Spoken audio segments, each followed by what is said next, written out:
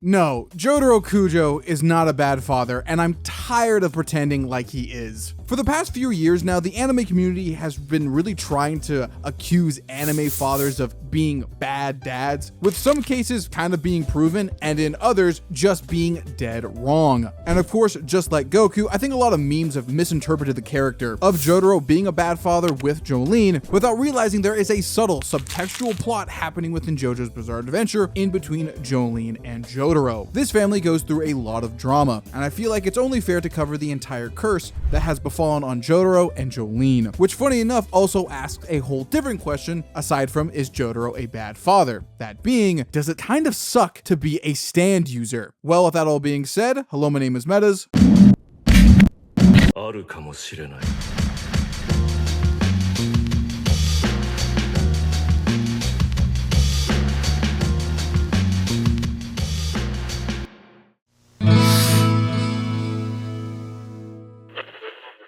Walk with me. So where this video is going to begin is not at the start of part 3 with Jotaro and Holly, but at the start of part 6 with Jolene and Jotaro. As I feel it's fair given the fact that this question only exists because of Jolene, and I think that we need to get her perspective first before anything. And to cut right to the chase, Jolene does not like her father whatsoever. Upon seeing him for the first time in many years, she beats a security guard and expects after that to be thrown back into her cell. Not only that, but begins to crash out upon just seeing him, and to boot, she gives him some very choice words, which could be interpreted in a way that Jolene does not see Jotaro as her father at all. And then for whatever reason, Jotaro in his infinite wisdom begins to elaborate on why he's here. Interesting time to do that, I guess. And shockingly, unlike his previous I'm going to explain things to you now storytime beats, this one isn't too bad. However, Jolene is not the type of audience who is going to listen to Jotaro as of right now, even though, and I will say this, it does actually explain his actions, however only in his perspective and not to Jolene's, as she thinks this is probably a one-time thing when in reality it is not. However, I do think Jolene is totally fair in thinking that, given the fact that, well, Jotaro did explain his reasoning, but she deserves the full story, which I don't think she ever truly learns nor understands. She kind of gets it later on by the end of part 6, but there's a lot here that only us, the readers, truly know. The world! Not everyone can hear the call of fate, but you are among the first. I'm proud to say that again, that this video is sponsored by JoJo's Bizarre Adventure, Golden Spirit, a cross-gen JoJo RPG. With the full game's release on August 13th, players will be able to experience and assemble their favorite characters from JoJo's Bizarre Adventure parts 1 through 6 to create their own dream team. Customize and strengthen your own personal JoJo lineup through character development, skill upgrades, and equipment enhancement through various game modes. Experience diverse gameplay content, including strategic battles, character progression, and team building strategies to fight some of the game's hardest challenges. But you won't be alone. Golden Spirit offers social features including guild systems, friend functions, cooperative challenges, and multiplayer interactions for you and your dream team. On top of the full game's release, a SSR Jotaro Kujo special summon event will be available, with a special character story event following Jotaro Kujo's story in JoJo's Bizarre Adventure, Stardust Crusaders. And there's even more. Complete login events and limited time activities to obtain valuable rewards. And if you participate in the special launch events, you'll be able to claim exclusive launch rewards. Join the adventure now. Download JoJo's Bizarre Adventure Golden Spirit on iOS or Android, build your ultimate team, enjoy diverse gameplay modes, and unlock exclusive launch rewards. Thank you again to Golden Spirit for sponsoring this video. And time resumes. And then she delivers a bomb to Jotaro. Thanks to his archetypal character of being the lone hero, he goes super macho and tries to explain to her, hey, did you get your stand yet? We need to leave. And then she just starts wailing on him, figuratively speaking. Now, I don't do this a lot, but I want to fully quote Jolene here. Quote, every time we meet, you always tell me something bad, like how you're going to leave mom for a few years or get divorced. I'm sick of it. Don't you dare give me orders like you're my father or something. I get thrown in jail and then you finally come and see me? Why? Because of love? There isn't a speck of you in my heart anymore. But whatever, I'll take the shocking story and the stuff about the pendant with a little optimism. You can go now and don't come back. I'll escape here with my own power soon. End quote.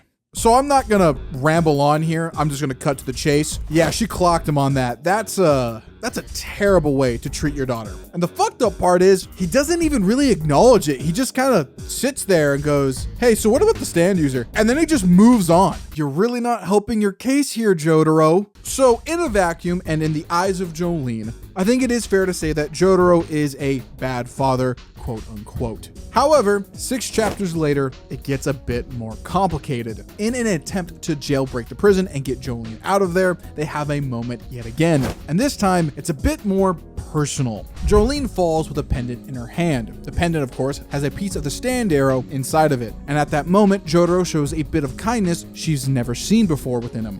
Jolene is even shocked by this and disproves her point from earlier that she doesn't really care about him. In fact, she does. She wants to love him. However, that's not the case, and it becomes a bit of a lecturing moment, telling Jolene to keep that pendant on her because it is very useful and extremely valuable. And then she crashes out, and it's completely justified. She clocks him on not only one of his biggest flaws as a character, but even a complaint a lot of JoJo fans hold over Jotaro, that he's too logical or too calm and very non-emotional, even though that's what his character archetype is. Keep that in mind, it's going to be very important later. So far, Jotaro is just not looking like a good father. Very uncaring and not very understanding. And then John Gallier and Whitesnake attack him, forcing Jotaro in a very dangerous predicament. Let Jolene get hit by bullets and possibly die, or sacrifice himself, saving her and then defending himself against Whitesnake, and by proxy, saving Jolene. He, of course, in a heroic moment he has done time and time again, sacrifices himself for the others around him, saving Jolene, but by proxy, his stand and memory discs are removed, effectively making him brain dead. But he tells Jolene something he's never told to her before: "I've always cared about you." We later then see Jolene adamantly care about her father so much more, it is basically a complete 180 in comparison to the beginning of the Visitor arc, where she just didn't want to be in the same room with him. She cares, he cares, they all care, and there's just a lot of complex emotions between them. So taking a step back and looking at this vacuum that is being perceived through Jolene's perspective, I do think at the end of this, she is still right. Even though Jotaro cares about her, there seems to be a lot of parent neglect here that has led to a lot of trauma and problems between the two. So I do think it is justified that at least in here, looking at this specific vacuum, that Jotaro is indeed a bad father. But I do think it is a bit disingenuous, given the fact that we're only looking at Jolene and her perspective in all of this, as of course there is 2 sides to every story. So retroactively looking back on Stardust Crusaders back in 1989 is going to tell us a few things. Jotaro Kujo's early stand career is a very interesting point within the story due to the fact that it is not the focal point of part 3, but later will become part of his central character. And what I mean by that is the trauma that Dio causes to Jotaro has a lasting effect on Jotaro's life, which is Araki's point of making JoJo's Bizarre Adventure. Generational trauma is his thing. Now where this properly begins is in volume 1 of Stardust Crusaders. To put it frank, Jotaro Kujo deeply cares about his mother, despite what his language might suggest, or the delinquent actions he partakes outside of his home. If anything, Araki heavily suggests the idea that both Joseph and Jotaro, despite their actions outside of their regular personality, deeply care for Holly, and when Holly is faced against her stand that is slowly killing her, they respond the same way, with a deep emotional caring. However, in Jotaro's case, it's a bit harder to see. One could infer this panel within volume 1 is of anger, hate, looking for something to basically beat down, given his savage nature with Star Platinum. But in a moment we've never seen with Jotaro so far, his anger is condensed, asking his grandfather what he can do. And it's plain and simple: defeat and kill Dio in order to save his mother's life. With an additional panel that shows Jotaro resolute in this idea, emboldened by light. And while this wouldn't come out for many decades later, the Jotaro JoJonium volume interview states verbatim that Jotaro does not show emotion. However, that does not mean he is incapable of caring. Rather, in fact, he is deeply caring and has a strong sense of justice, and cares for the ones that are around him, despite how much they piss him off from time to time. All that to say that this is the starting character for Jotaro, and as he explores the world and understands his stand and others with their life experiences, we can see Jotaro change. Jotaro is there for everybody's backstory explanation, and or at least is implied that he learns of his friends' backstories off screen, whether it be Avdol's fear of fighting Dio by himself, realizing that he could not defeat him single-handedly, or Polnareff's experience being a stand user, losing his sister to a vile man that is Jay Guile. But in a simpler but equally a sad case, Kakyoin being lonely for the majority of his life due to the fact that nobody could see his stand, Hierophant Green, causing a isolationist or lonely only view of the world, until he met the Stardust Crusaders, for better or for worse. Even Iggy's backstory tells him one thing collectively: being a stand user is not for the faint of heart, as it comes with trials and tribulations one must overcome, like the one that he is facing now with his grandfather and his new friends, something that he didn't have before,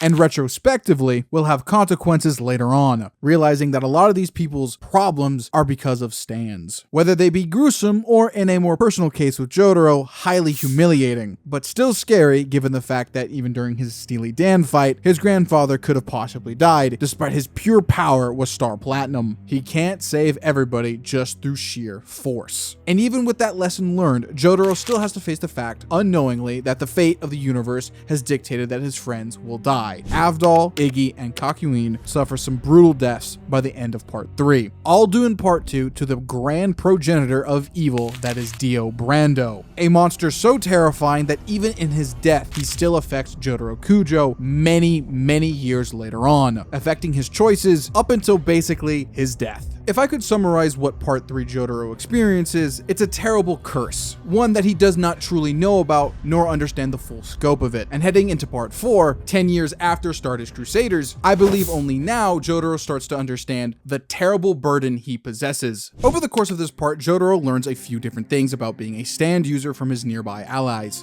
The biggest one is that stand users attract other stand users, and while for the most part that is maybe a good rule, the former suggests otherwise, as conflict is always bound to happen, and Part 4 shows a different side of that conflict. Innocent bystanders getting hurt, and in some cases, just flat out dying. Koichi's family gets attacked by Kobayashi and his stand, The Lock. Luckily, Koichi's stand, Act 1 of Echoes, evolves into Act 2, saving his family. So no true harm was done, but there was potential loss there if Koichi didn't step in. And sadly to say it, the other cases don't have a happy ending. Josuke's grandfather is killed, with no ability to resurrect him. On top of that, Josuke's mother is attacked 2 different times by 2 different stand users, with Red Hot Chili Peppers potentially being a third if he timed it right. And in the sad case of Okuyasu, not only does his brother die at the hands of Red Hot Chili Peppers, his father is turned into a grotesque monster because of the actions of Jotaro many years prior. And in potentially the saddest case of them all, an event that shouldn't have happened if this rule was never in place, Shugeshi dies at the hands of Yoshikage Kira in a very brutal way, with his family never truly knowing whatever happened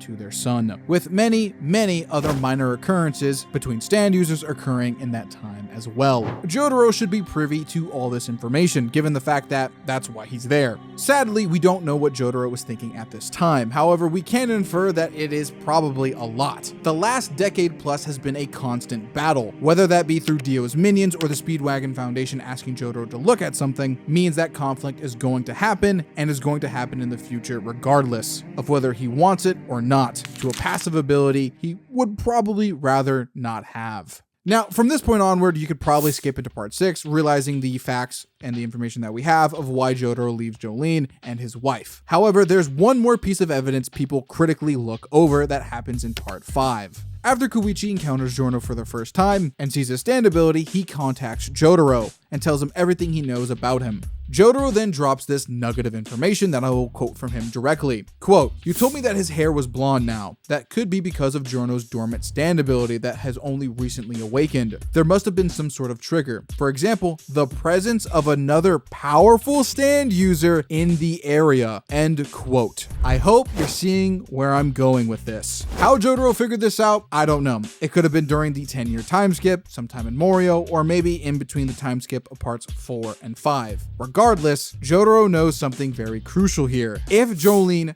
has stand potential, and she definitely does, just being in the presence of Jotaro could unlock that dormant ability, putting herself in danger, her mother in danger, and the both of them putting their dearest partner and mother in danger, with no ability to defend herself. Kinda similar to Tomoki. I believe this little bit of information that we learn here in Part 5 helps us understand what Jotaro does here next. He just divorces his wife and leaves his family. Due to the extreme danger he puts them in, not because of his actions, but just because of his presence. Not because he hates them or for some other selfish reason that an early 2010s JoJo fan would say to you because they didn't actually read part 6, but because out of love, a deep instinctual love that is proven later in part 6 that harbors within Jotaro. He deeply cares about his daughter and by proxy, his wife. He just doesn't want to see them get hurt. And in a very cruel twist of fate, I think this was always bound to happen given Jotaro's character archetype of being the lone hero. And looking back on that JoJonian volume statement makes that pretty clear. Jotaro would rather save his family more times than not than ever show his true emotions to his family. It's just how he works. And in a meta way, pun not intended there, Araki, you sick bastard, you were always gonna make this guy's life miserable, weren't you?